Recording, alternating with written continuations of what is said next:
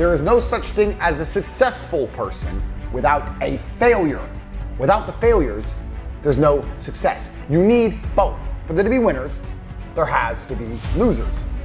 Therefore, if God is going to give you the chance to become a successful person, he has to make it difficult. He has to lay out a gauntlet, because within that gauntlet, some people will quit and they can go become losers, which allow the people who do not quit to be winners. A lot of people with no money are really, really arrogant. I know a lot of broke people who are very arrogant, and their arrogance is a shield for their laziness. People will shield laziness with anything. No one wants to admit they're lazy, so they'll shield it with disbelief. Lazy people never get anywhere in life, doesn't matter what it is. Doesn't matter if it's tennis or money. If you're lazy, you're never going to get it. Quitters are the worst people on the planet. You can give a quitter absolutely everything and they will still fail. You can give it, doesn't matter what it is. If you go to IKEA and buy a flat pack fucking table and put it in front of a quitter, you will never have a table. He'll look at it, it's just long, and he'll quit. Quitters can have every single advantage. Quitters can have all the information. Quitters can have all the tutelage. Quitters can have a mentorship. Quitters can have someone who messages them every morning, hey bro, let's get it. And guess what they're gonna do at the end? Quit. They ain't never gonna have shit. Idiots, peons. They will stay brokies and wagies forever. Leave them there, right? You need the people who don't quit. I don't quit. Every single facet of my life is testament to the fact that I don't quit. When people see my plane in the sky, you can say whatever you want about me. You can call me arrogant. You can call me anything you want, but you cannot call me a quitter. I didn't quit. So that's the difference. When it was hard, I did it anyway. That's who I've always been. And if you don't have that kind of tenacity, you're never going to be anything. This as well is difficult because the way that humans work and the way that we've evolved as a species is that we don't really learn lessons unless they're learned the hard way. Yeah. I believe that unless a lesson is taught the hard way, you're not going to learn it. You can have so many near misses and people won't learn their lesson. Bro, you must know a guy who goes out there, nearly crashes his car, nearly crashes his car, nearly crashes his car, doesn't slow his ass down till he wrecks it. Yeah. Like, this is how people are, right? So you need that pain for the lesson to sting enough to really genuinely go inside of your mind. And it's the same with everything. It's the same with driving a car or business. Truthfully, if you want to learn a lesson about business, you're going to have to suffer at some point. So you need to go through some pain. You need to experience some negative things. You need to have to a degree some trauma to really even learn any lesson. I've been learning for a very, very long time. I've always been very, very observant, trying to pay a lot of attention. And life really doesn't have to be that complicated. When you see somebody that has something you want, you just got to try and work out how they got it. Yeah. And that's the missing part. Most people see people with things they want and they don't do the second half. They don't try and work out how they got that thing. Oh, my man has a Ferrari. Okay. I wish I had a Ferrari. Okay. They don't sit there and go for an hour, how did he get a Ferrari? It doesn't cross that part is the part they don't want to do, right? They just go, oh, he has a Ferrari, wish I had a Ferrari, and they go back to TV. Yeah. And that's why they lose. You are the sum of the 5 people you spend the most time with. If you find some guys who have their game right, your game's going to get straight. It's as simple as that. And I think if you take any man on the planet in any situation, in any scenario, and you tell him to become as strong as possible because of all the lessons he's going to learn, become as rich as possible because of all the lessons he's going to learn, plus obviously being strong and rich are benefits, plus find a network of brotherhood of men who are accountable to themselves and by extension accountable to you. If you're accountable to yourself as a man, you're also accountable for your friends. I don't want loser friends. I don't want dickhead friends. If you're in a room full of ice cream experts, and all they talk about is ice cream, how to make ice cream, their favorite flavor, the best way to store it, how much it costs to produce, how to transport it, and that's all they talk about is ice cream. Even if you have no interest in ice cream, over a long enough period of time, you're gonna end up knowing stuff about ice cream. You're gonna end up knowing shit. You're like, ah, that's double chocolate this, it costs this much, and this is how they moved it. You're gonna know things about ice cream. If you're in a room full of people who only talk about money, then you're gonna end up knowing about money. It's exactly the same thing. And network is net worth, everyone understands this. And people also understand that they're likely to become the sum of the 5 people they spend the most time with. Yeah. But then they hang around with losers. It just blows my mind. So, let's talk about this. Why did Genghis Khan wake up and think, you know what can I do for fun? I can play this instrument. Oh shit. Play the instrument for me. Diddle-diddle-diddle. Boring. Okay, let me fuck this girl, fucked her. Let me fuck her. Oh, kid number 84, boring. What's there to do? You know what, guys? Let's all get our horses and let's just ride over there and whatever we find, let's just take it. Why? Because it's the instinct to conquer. It's inside of a man. It's been dumbed down by the Matrix. They try and numb you. They numb you with entertainment. They try and put you in the festival crowd. They numb you with shit food. They numb you with depression, all this other garbage. But truthfully, if you're a man, you look in the mirror, what will make me happy? My empire will make me happy. That's why Alexander the Great did what he did, and Julius Caesar did what he did, and Genghis Khan did what he did. They didn't have Google Maps. They didn't know where they were going. They just said, no, we've decided we're gonna go take shit from other people and show we're the best. And that's what we're doing now, the successful men at least, in a financial sense.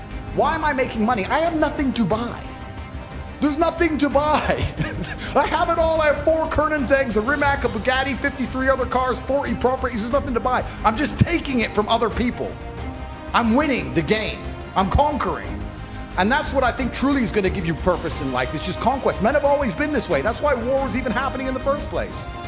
The Mongols raided Vienna. How long does it take to ride from Ulaanbaatar, Mongolia, on a horse to Vienna, Austria, across all of Siberia? And they were still mad enough and bored enough to go, nah, we need that city over there. That's the masculine essence, and it's been numbed down inside of people. Do you think they were ever considering fun at any point during this conquest? Because I don't think they were. Nothing's fun. The only thing that's fun is masculine achievement and being respected for being monumentally successful and competent and crushing your enemies with your brutal brilliance. Turning up and saying, I'm gonna make more money than all of you. I'm gonna be more famous than all of you. I'm the best, watch me, and winning. That is fun. I think that the entire world was built by this God-given drive to conquer. And to conquer doesn't always mean dominate others. You can conquer the sky by building a skyscraper. You can conquer by building roads. You can conquer by construction, not only by destruction. You conquer by turning up to a new territory and having a beautiful family and creating children. I think that's inside of every single man. I think it's been dumbed down by the Matrix, but I'm uninterested in fun. I don't understand the concept of fun. Fun is for women and children. All the women around me have fun. We're really genuinely upset by what I say are the kind of people who can't truly learn anything and become successful in life. Yeah. I obviously know what I'm talking about to some degree, right? So if Mike Tyson walks in here and tells you he's going to teach you how to box and says you can't fight, you're a pussy, if that upsets you, then you can't learn, right? It's Mike Tyson. Just shut up and listen. Yeah. If someone, Richard Me, comes along and says, Andrew, you don't know shit, you're a dumbass and you're a brokey, I'm going to sit there and go, okay, maybe I'm a brokey, Elon. Tell me something, right? I'll listen, but if you're going to sit there and go, don't call me names and then I not listen, you're never going to get anywhere, right? You don't become the master unless you're very, very good at being a student. And I've always been very, very good at knowing when to shut up. But I've got to a point in my life now where I don't have to shut up ever. You used the gym analogy. It's a perfect analogy. I've never met anybody who is in fantastic shape, and you say, how'd you get in fantastic shape? And he goes, oops. Dunno, bro. Just, oops. No, absolutely not. I went to the gym every day. I ate this particular way. I had a meal plan. I dieted. Nothing is going to happen on accident. Yeah. This mindset of when my ship comes in, one day it's just going to, well, you're going to win the lottery? Maybe. You're not going to get it on accident. Your ship's not going to come in on accident. You have to plan for this.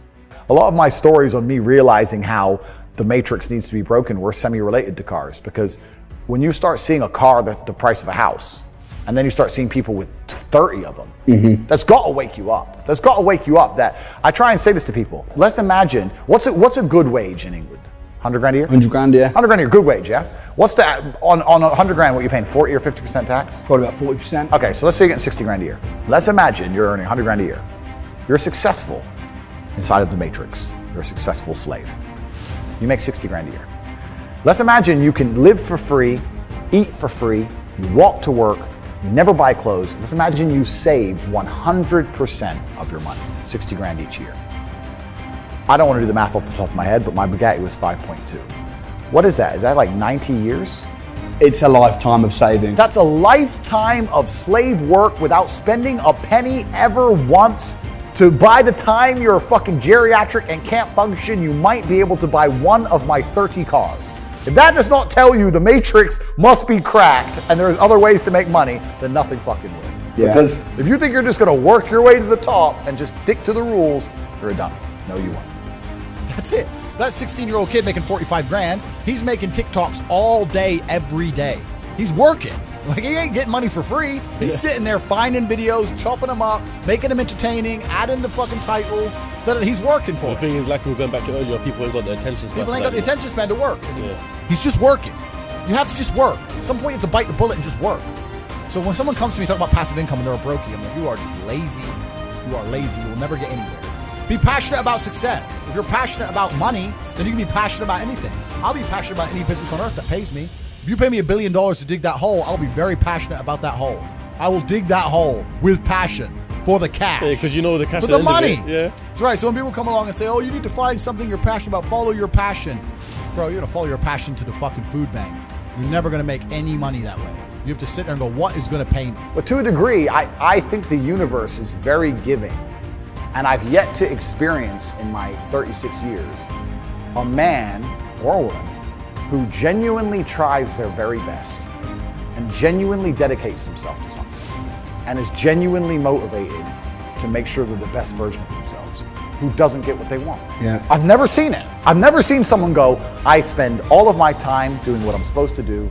I do not waste any of my time. I dedicate myself. I'm good to people. I'm honest. I'm hardworking. I'm there on time every time I've got a meeting. I've got a firm handshake. I don't snake anybody. God likes me. I work hard. I'm not an evil person, and I work really, really hard. Who doesn't have everything they want?